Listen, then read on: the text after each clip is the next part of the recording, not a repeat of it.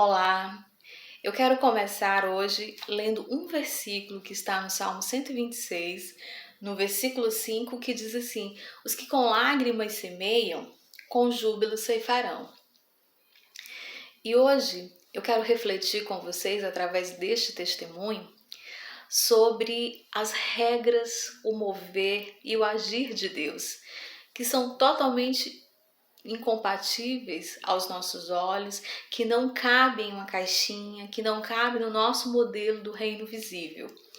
Paulo, ele entendeu que em parte nós falamos, em parte nós compreendemos e em parte nós ousamos profetizar.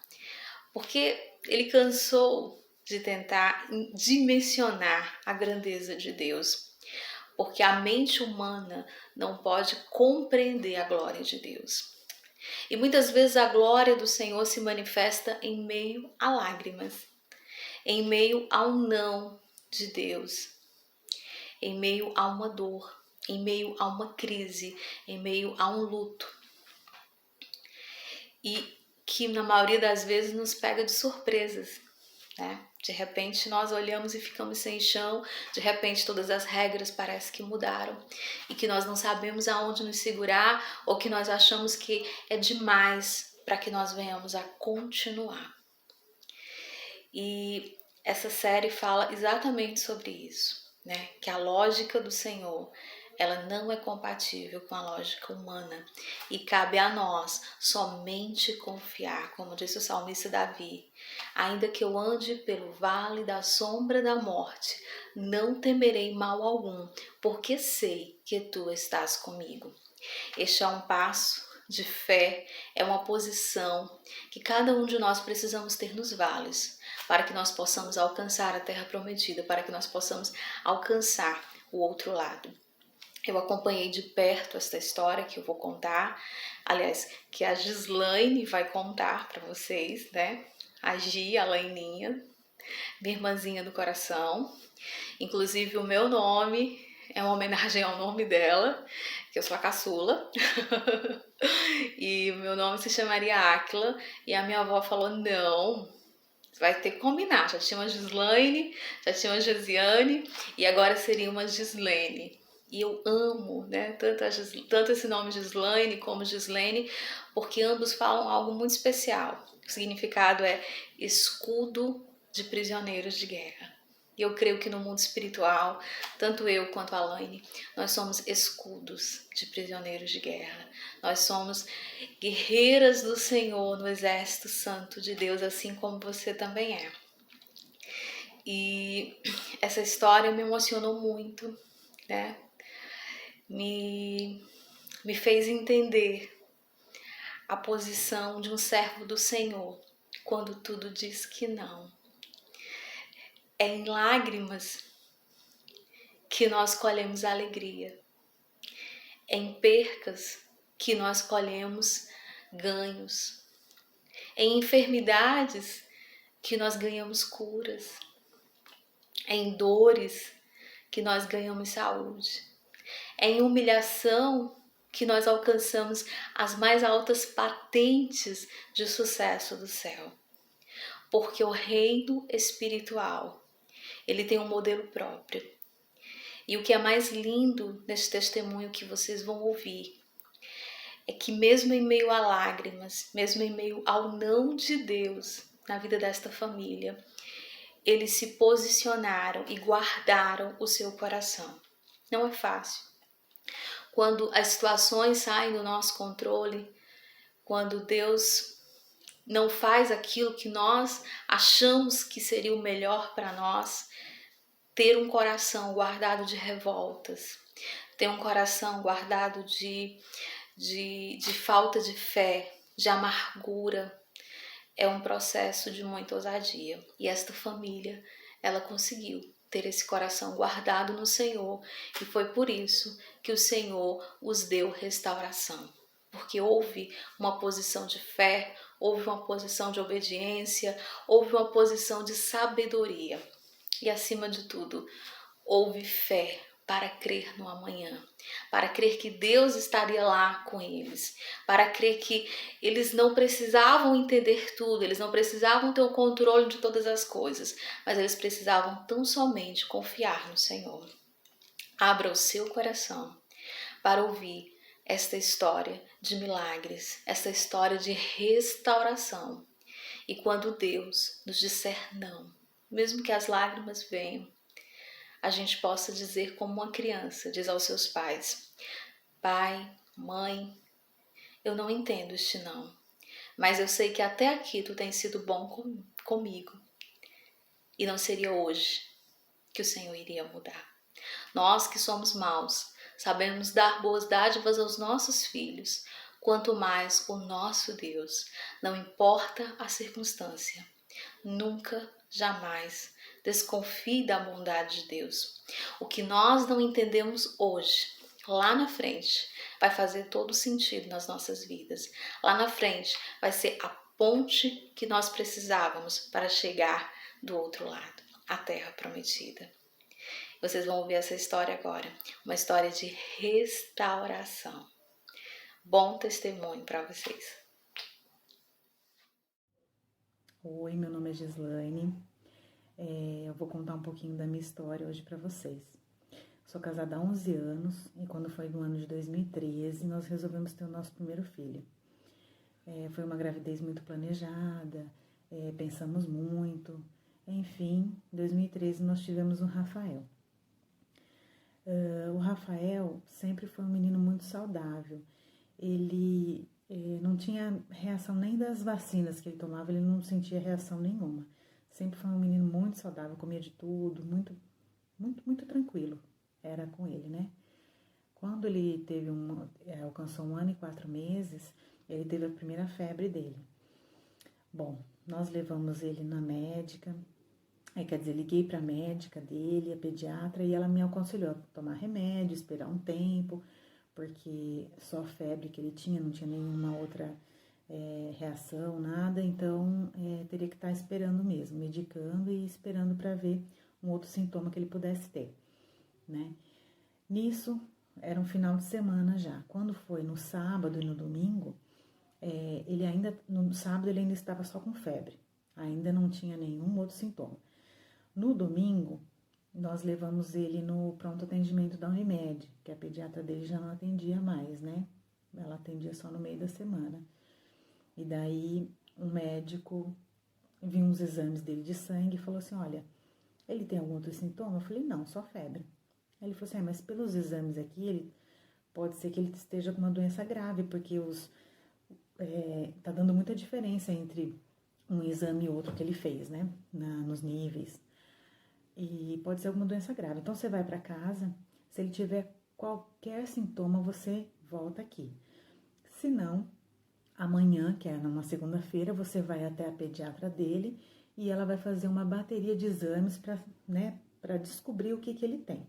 Porque, como eu disse até então, era só uma febre, não tinha nenhum outro sintoma, ninguém suspeitava assim de nada grave, né? Poderia ser, na verdade, o que eles estavam achando é que poderia ser uma dengue. Mas tinha feito aquele teste do laço, não tinha dado, então a dengue também tem que esperar algumas horas para estar tendo o diagnóstico correto, né? Exato. Então nós esperamos. Quando foi no domingo à noite, esse médico falou pra gente que poderia ser algo grave. Mas eu acreditei assim que não fosse, sabe? Na primeira coisa que veio à minha cabeça, falei, se Deus quiser não vai ser nada, não é nada. Falei, amanhã a gente vai fazer todos os exames e a gente vai descobrir o que ele tem. Voltando para casa, passou algumas horas, ele já começou a sentir falta de ar. E daí a gente já começa a ficar preocupada, né? Bom, o médico falou que se qualquer sintoma que ele tivesse era para levar, então vamos levá-lo. Voltamos ao atendimento da Unimed. Chegando lá, o pediatra disse que ele precisava ir ser internado. Ele estava com muita falta de ar, a saturação dele estava muito baixa e precisava colocar aquela máscara de oxigênio.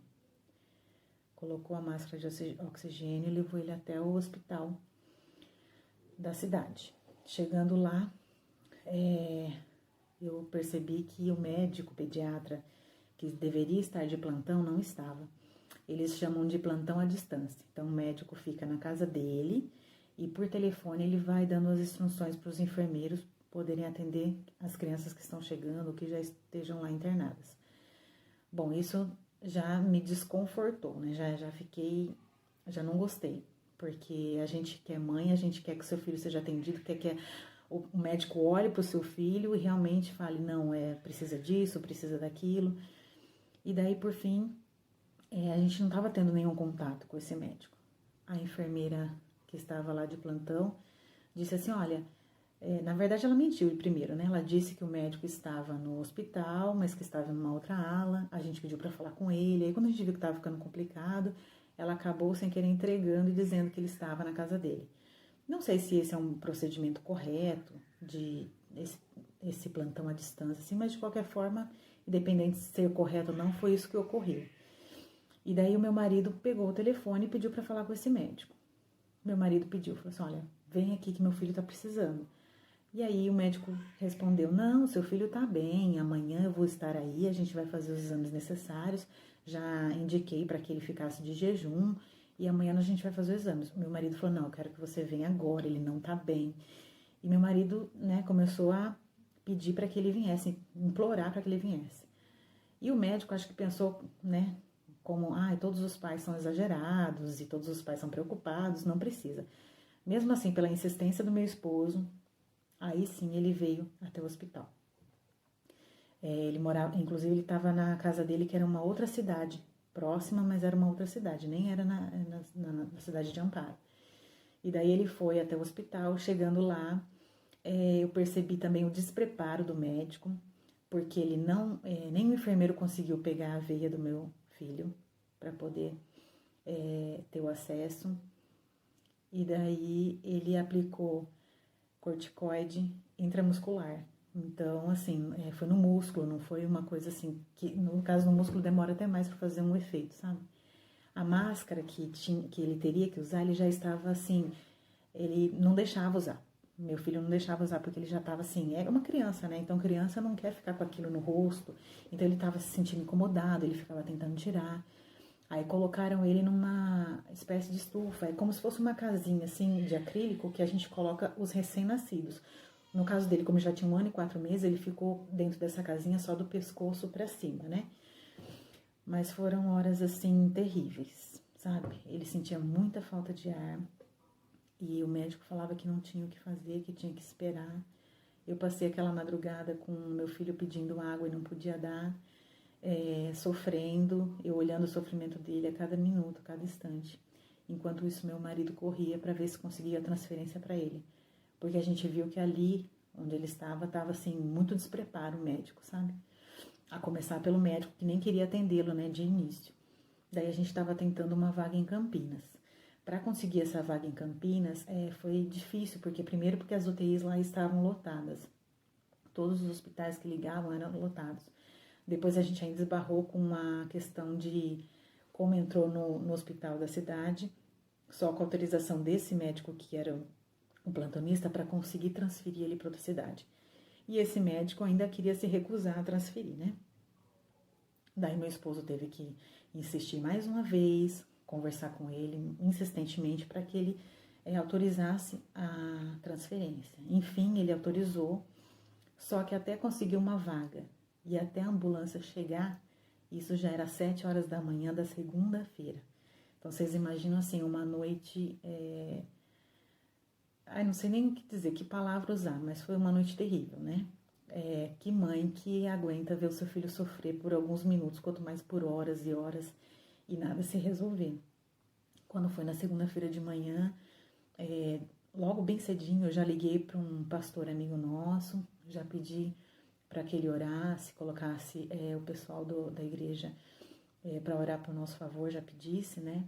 E assim ele fez, ligou para alguns amigos dele também e pediu oração por nós. Já liguei para minha mãe, para a família, pedindo que orasse por ele, porque ele não estava bem, né?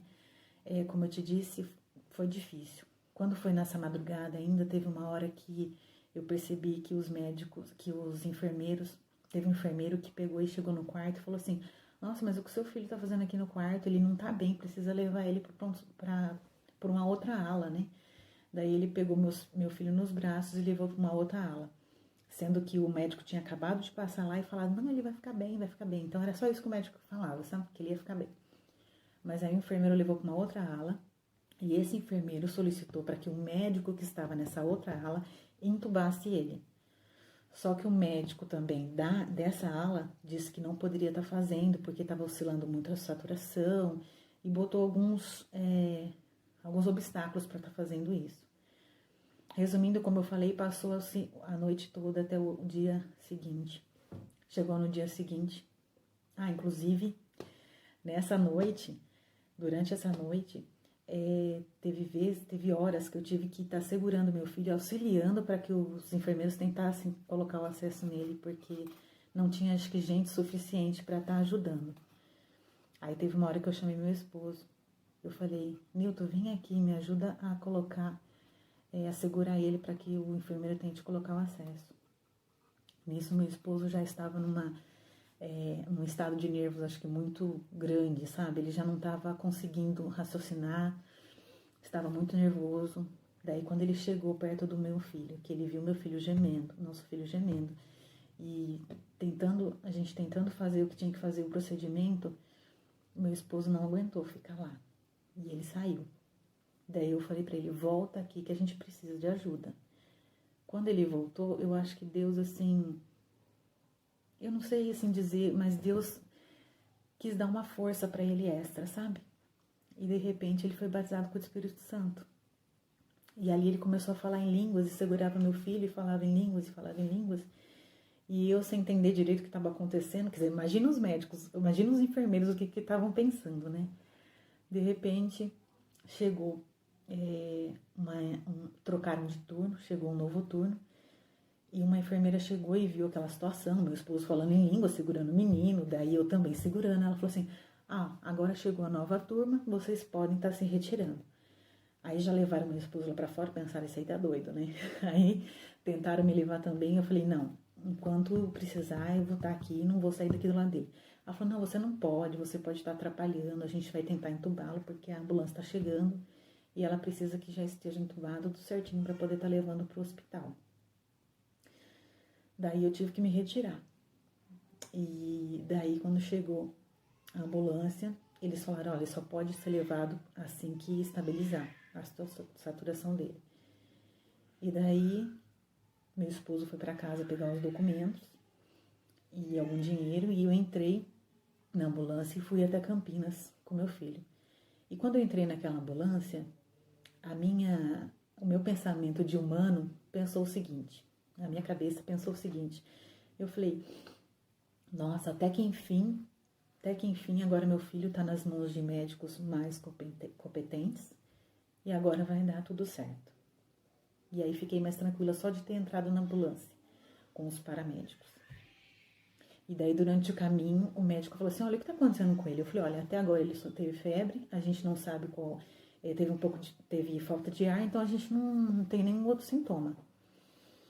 E daí esse médico falou assim pra mim, olha, porque eu tô tentando tirar um líquido do pulmão dele e tô tirando e parece que tem mais e eu não tô conseguindo manter a saturação. E eu vi assim, na telinha lá, sempre baixando a saturação.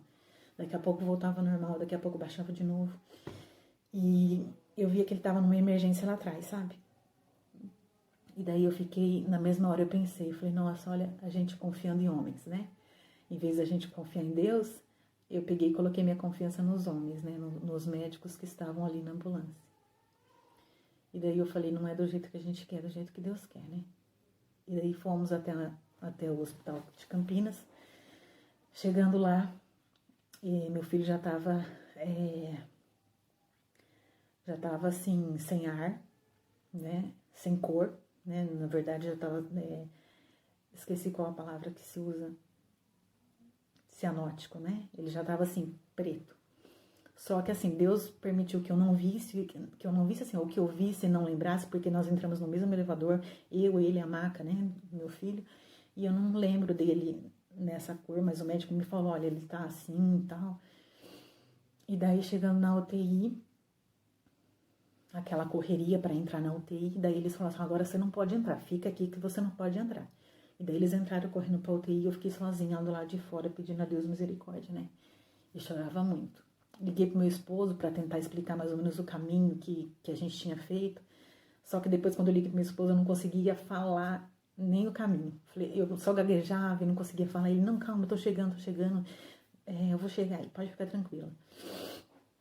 E daí, meu esposo chegou, contei para ele o que tinha acontecido dentro da ambulância e ficamos esperando lá de fora. Umas mães, né, acolheram a gente, mães que tinham seus filhos na UTI acolheram a gente, pediram pra gente sentar, falou, ó, fica calma, isso acontece com todo mundo, a gente chega aqui agoniada, a gente chega aqui triste, sem saber o que vai acontecer. Ela falou, mas olha, depois tudo se acalma. Nossos filhos estão lá, estão sendo bem cuidados e logo você vai ter a notícia que seu filho tá bem. Daí eu sentei e aguardei. Daí o médico pediu para falar com a gente. Era um corredor, né?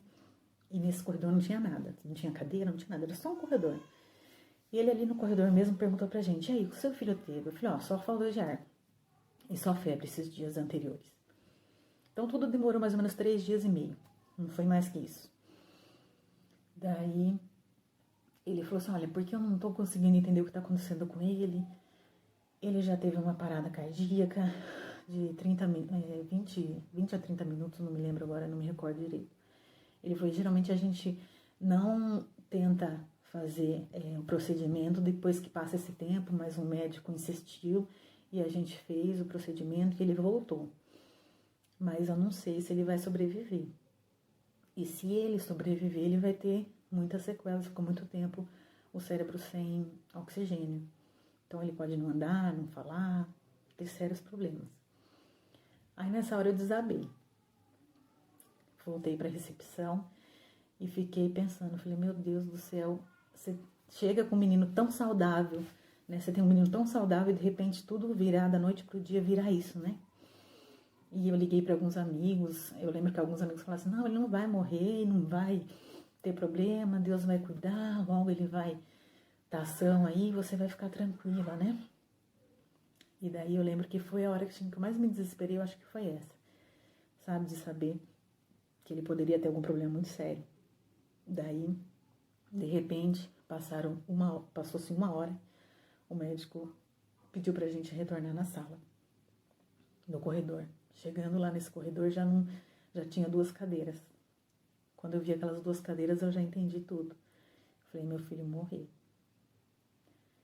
E eu havia pedido para Deus que ele fizesse a vontade dele, né? Mas que nos amparasse, que não nos deixasse sós em nenhum momento. E na hora que o médico falou assim, olha, o filho de vocês infelizmente não resistiu, ele teve mais uma parada cardíaca e não resistiu. Eu fiquei anestesiada. Acho que eu nem esbocei muita reação. Mas cada um de um jeito, né? Meu esposo caiu em lágrimas, ligava para as pessoas e falava, meu filho morreu. Ligava para um amigo, meu filho morreu, meu filho morreu. E eu falava, para de ligar. Aí ele ligava para um outro, ô fulano, meu filho morreu, meu filho morreu. E desesperado, transtornado. E eu ali, assim, parece que eu não estava acreditando o que estava acontecendo. A enfermeira passou e falou assim, você é o pai, né? Calma, Deus vai te dar consolo. E ela olhou pra mim e ela falou assim, você é a mãe? Eu falei, sou. Mas eu acho que ela perguntou assim, até dizendo assim, será que você é a mãe? Porque você tá muito calma, né? Mas eu falo assim, cada um tem uma reação e eu acho que Deus trata cada um de um jeito, né?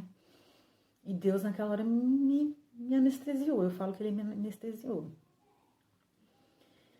E daí nós estávamos já esperando nossa família chegar, tanto a minha quanto a do meu esposo. Eles iam vir nos visitar, né? Ali no hospital. Iam vir para a hora da visita, visitar o Rafael. Eles não sabiam o que tinha acontecido, que ele já tinha falecido. Nós fomos até uma parte lá debaixo do hospital, que é como se fosse um estacionamento, onde as pessoas chegavam. E daí nós encontramos nossa família lá e contamos o que tinha acontecido. Ninguém acreditava. Era uma coisa assim que não dava para acreditar que aquilo estava acontecendo com a gente. Minha irmã até tinha falado minutos antes comigo no telefone, e ela falou assim, não, fica tranquila, já tive várias amigas que tiveram seus filhos no hospital e eles sobreviveram e estão bem agora. Todo mundo passa por esse perrengue. Quase todo mundo já tem história de filho que foi para UTI. Fica tranquila.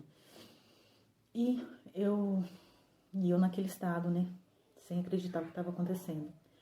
Aí aí uma enfermeira pediu pra gente subir novamente pra estar preenchendo uma papelada. Daí a família ficou lá embaixo e eu subi. Na hora que eu subi, eu encontrei aquelas mães da UTI de novo. E daí eu falei, olha, infelizmente, no meu caso, não foi igual de vocês, meu filho acaba de falecer. Elas choraram junto conosco, nos abraçaram. E daí elas falaram assim, ó, a gente vai fazer uma oração por vocês. Aí elas fizeram uma oração por nós. Novamente meu esposo foi renovado pelo Espírito Santo. E Deus foi cuidando da gente. Aí nós descemos. Aí cheguei lá embaixo, uma enfermeira falou assim, olha, vocês vão fazer necrópsia, né, pra estar descobrindo o que aconteceu com o filho de vocês. E eu disse que sim, que a gente queria fazer, que a gente queria saber. Aí ela falou assim, você quer ver seu filho a última vez antes de ir pra necrópsia? Na verdade, eu já tinha visto ele na UTI, né? Na hora que o médico contou pra gente que ele tinha morrido, ele permitiu que a gente entrasse na UTI. E eu cheguei lá na UTI e ele estava assim, com de fraldinha, já estava com uma cor, assim, com a corzinha dele, já não estava mais preto, estava com a cor dele. E daí foi um momento muito triste também. Só que eu não aguentei ficar muito tempo lá. Eu cheguei, eu olhei e o meu coração de mãe já despencou e eu não consegui ficar lá olhando para ele. Foi muito difícil. Daí eu saí da UTI, nós saímos, né? E como eu falei, aconteceu isso da gente lá embaixo, encontrou os parentes. Daí, por fim, passado um tempo, essa enfermeira perguntou, você quer ver seu filho pela última vez antes de levar para necrópsia? E eu disse que sim, mas acho que antes eu tivesse dito que não. Porque ela me levou numa sala onde tinha várias macas, como se tivesse mais corpos lá. Na verdade, eu não me lembro se eram mais corpos ou se eram macas que estavam, assim, vazias para aqui, esperando corpos, não me lembro. Eu sei que ela trouxe a maca dele e eu digo que eu antes não tivesse ido ver, porque, assim, foi uma imagem muito triste, porque lá na UTI eu tinha visto o meu menino, né? Tinha visto o meu menino do jeito que ele era. E chegou ali e ele estava dentro de um saco preto, com zíper. Ela baixou o zíper, abriu o saco preto, e dentro ele tava lá com um papel, assim, com um número, um código. Então ele era, assim, mais um corpo só, daqueles que eles estavam levando para examinar. Então, assim, foi muito triste. Eu preferia não ter visto aquela cena. Mas, infelizmente, né, aconteceu. Meu esposo não viu, ele não tava junto, porque nessa hora ele tava correndo atrás da papelada para fazer essa necrópsia. E eu estava apenas com uma amiga nossa. E minha família também não viu. Só podia entrar uma pessoa, essa pessoa entrou comigo e pronto. Quando eu voltei, daí depois a gente estava em Campinas, eu tive que ir para Amparo para estar podendo, para tomar um banho, trocar de roupa e voltar para o velório, que ia ser à noite. Demora até eles fazerem essa necrópsia, leva um certo tempo. Aí nós fomos para casa, o nosso cunhado nos levou. Chegando em casa, é outra tristeza muito grande, porque eu deixei aquela casa com ele lá. E quando eu voltei, já estava sem ele. E aí você sabe que ele não vai mais voltar. E aí tinha todos os brinquedos dele espalhados no chão ainda. Então você chega, você vê os brinquedos do seu filho. É uma dor assim que não tem como explicar. Não tem que explicar, só quem já passou acho que pode dizer e entender o que é essa dor. Daí nós tomamos banho, nos trocamos e voltamos pro velório. Eu lembro que antes de eu engravidar, minha mãe, ou melhor, quando eu estava grávida ainda, minha mãe falou assim pra mim, Gislaine, eu sonhei com um bebê. Vai ser um menino. E no meu sonho, Deus me mostrava exatamente as características dele como ele era. E dela descrevia para mim as características físicas dele. E quando o Rafael nasceu, ele era muito diferente das características que ela tinha me dito. E eu dizia assim, falei, nossa mãe, mas ele é muito diferente do que você falou, ele não tem nada a ver com o seu sonho. E aí a gente ficou sem entender esse sonho dela, né, porque era muito diferente, então eu achava assim, de repente fosse um segundo filho, que eu fosse ter as características do sonho dela. E ela me dizia, não, no sonho você só tinha ele de menino. E são coisas que na hora a gente não entende, depois que tudo acontece, que de repente você começa a encaixar, né, as coisas no lugar. E daí nós fomos pro velório. E eu falo assim que, apesar de ser muito triste, foi um velório bonito, onde eu entreguei meu filho para Deus. Porque muitas vezes a gente não quer aceitar e a gente fala, não, eu não aceito, eu não quero, eu não aceito tal situação, eu não aceito isso, não aceito aquilo. Mas eu penso assim que a gente não manda em nada. Quem é a gente para exigir alguma coisa de Deus, né? Então acho que só nos basta aceitar. E a gente fica pensando, eu acho que todo ser humano, né? Por que isso aconteceu comigo? Por que isso está acontecendo? Mas assim, às vezes pode ser até que lá na frente a gente entenda, mas pode ser que a gente nunca entenda. Mas se a gente for um servo fiel, a gente vai aprender a aceitar, independente da gente entender ou não. E Deus me fez entender isso naquele momento. E eu falei, Deus, aqui está meu filho, né? Leva. Tu levaste, agora nos consola, nos ajuda. E como eu falei, apesar de ser um velório triste, foi um velório bonito, eu digo, né? O Túlio, um amigo nosso, cantou um louvor muito bonito também. E nesse louvor falava assim, te louvarei, não importam as circunstâncias. É um corinho muito conhecido, né, dos evangélicos. E fala, te louvarei, não importam as circunstâncias, adorarei somente a ti, Jesus. E eu digo que eu pude cantar esse hino com toda a minha alma, com todo o meu coração. E na hora da despedida também dele, sempre quando eu tinha ele comigo, todas as noites, aquela coisa que a gente aprende que tem que ter rotina, que a criança tem que ter rotina. Então sempre antes de dormir, eu cantava aquela música, aos olhos do Pai, você é uma obra-prima. Então eu sempre cantava esse corinho para ele, né? Adaptando de menino para menina, né? E de menina para menino. E daí eu cantei esse corinho para ele na hora antes de fechar o caixão, como a minha despedida. A última vez que eu cantava para ele, né? Como se fosse a última vez que eu cantasse para ele dormir, só que dessa vez era para sempre. E foram coisas assim que eu lembro que cada pessoa que esteve lá no velório, cada pessoa que nos ajudou, que nos confortou, o Gilson, amigo nosso, que foi atrás de roupinha para ele, para estar vestindo ele pro velório, sabe, que com todo carinho comprou a roupa, trouxe, depois se preocupou em comprar comida para quem estivesse lá. As pessoas que foram prestar sua solidariedade, quem não pôde ir, mas assim, eu sinto cada oração, sabe? As pessoas mandavam mensagens para mim pedindo, dizendo que estavam orando, né? Que Deus confortasse. E eu acho assim que cada oração que você faz por uma pessoa que está passando por algum momento difícil, parece que é como se essa pessoa que está orando carregasse um pouquinho da dor da gente. E parece que aquele fardo que a gente carrega vai se tornando um pouco mais leve. Porque são muitas pessoas pedindo oração, são muitas pessoas se preocupando com você. E eu acho que isso, assim, é muito importante, sabe? O amor que a gente tem pelo próximo. Não só no momento de dor, mas que seja até no momento feliz, que você fique feliz por aquela pessoa também. Esse amor, assim, de irmão, acho que é muito importante, sabe? Sentir esse amor de irmão, né? E praticá-lo. Esse amor que Deus dá. E daí foi muito difícil, né? Como eu falei, o velório, tudo. Muitas pessoas puderam comparecer. Enfim, voltamos para casa. Minha irmã e minha mãe puderam vir com a gente para estar nos ajudando, recolhendo esses brinquedos, guardando as roupas em caixas para poder fazer doação, tirar dali, né? E no velório mesmo, meu irmão me contou um sonho também que ele teve. E ele falou que também ele não havia entendido o sonho e com aquele velório ele passava a entender o sonho. E no sonho ele disse assim que me via com uma menina com um vestido muito colorido. E tudo era muito colorido. E eu girava ela assim, segurava ela pela mão e girava ela. E era tudo muito colorido. E o Rafa estava num canto do sonho dele. Estava num cantinho. E o Rafa era menor que essa menina e estava em preto e branco. Ele falou assim que o Rafa estava apagado.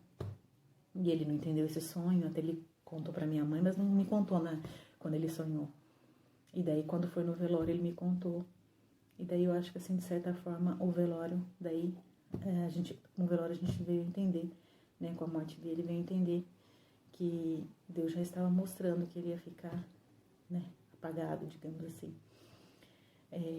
Apagado na sua vida, né, não na sua memória, mas em vida. E daí, foram momentos muito difíceis. Meu esposo falava assim pra mim, olha, a gente nunca mais vai ser feliz.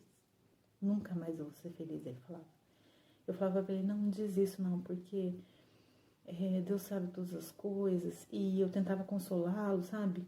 Tentava ser mais forte, porque eu via que ele estava precisando muito de mim. E ele ficou muito abalado. E ele caiu numa tristeza assim que não tinha fim. Não que isso não tivesse acontecido comigo. Mas como eu falei, Deus age com cada um de uma forma diferente. Deus me deu um consolo tão grande, mas tão grande, que eu não sei explicar. Um dia eu e meu esposo estávamos lendo a palavra, e daí veio um versículo no Salmo 51:8 que diz assim: Faze-me ouvir novamente os sons de alegria e de felicidade, e ainda que tenhas me quebrado e esmagado, serei feliz novamente. E a gente acreditou, né, naquele versículo, naquela palavra, de que Deus iria nos dar felicidade novamente.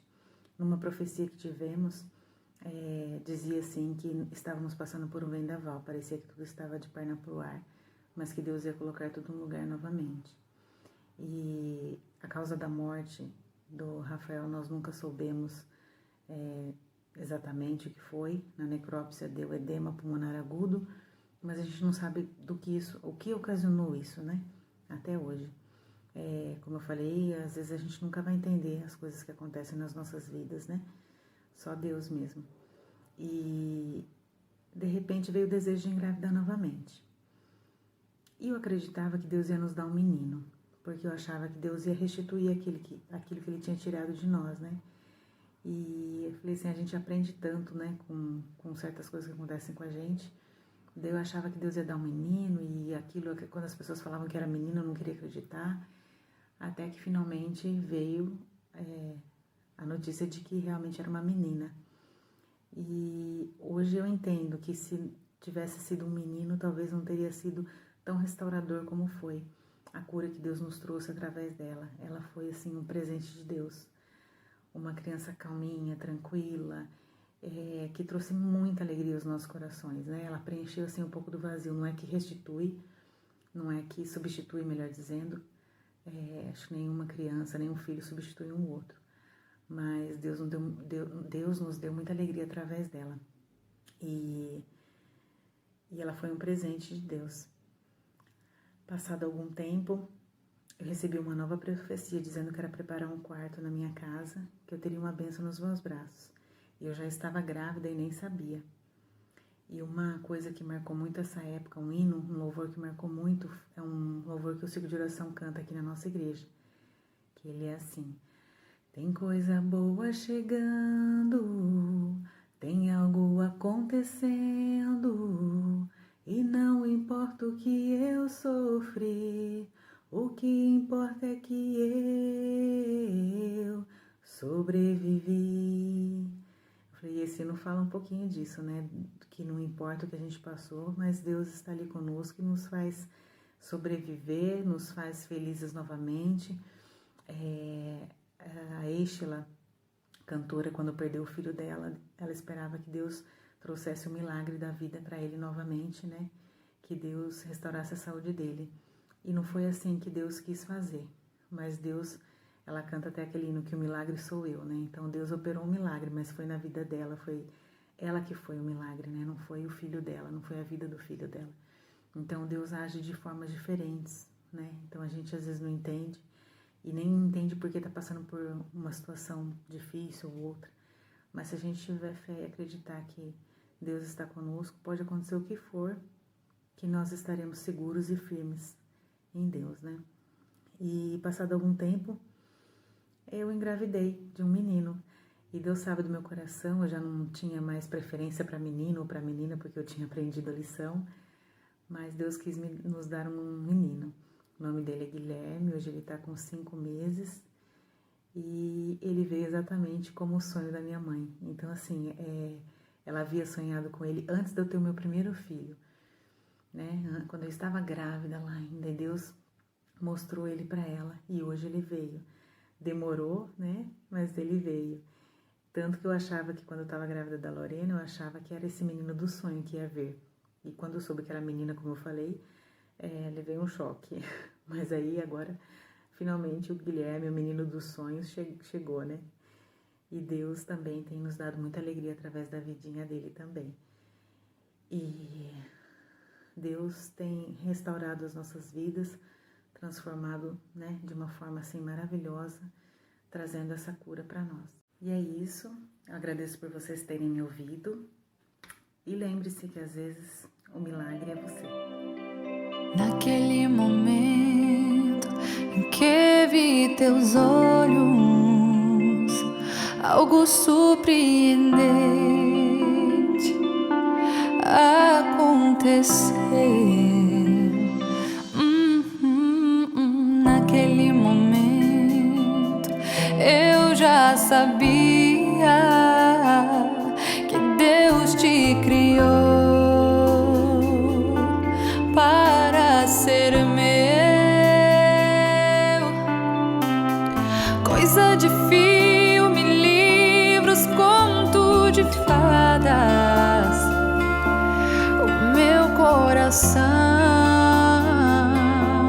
já era seu e nenhuma dúvida eu sentia. Deus te criou para ser meu. Por tantas noites eu orei, ó meu Senhor, quero alguém pra caminhar comigo nesta vida.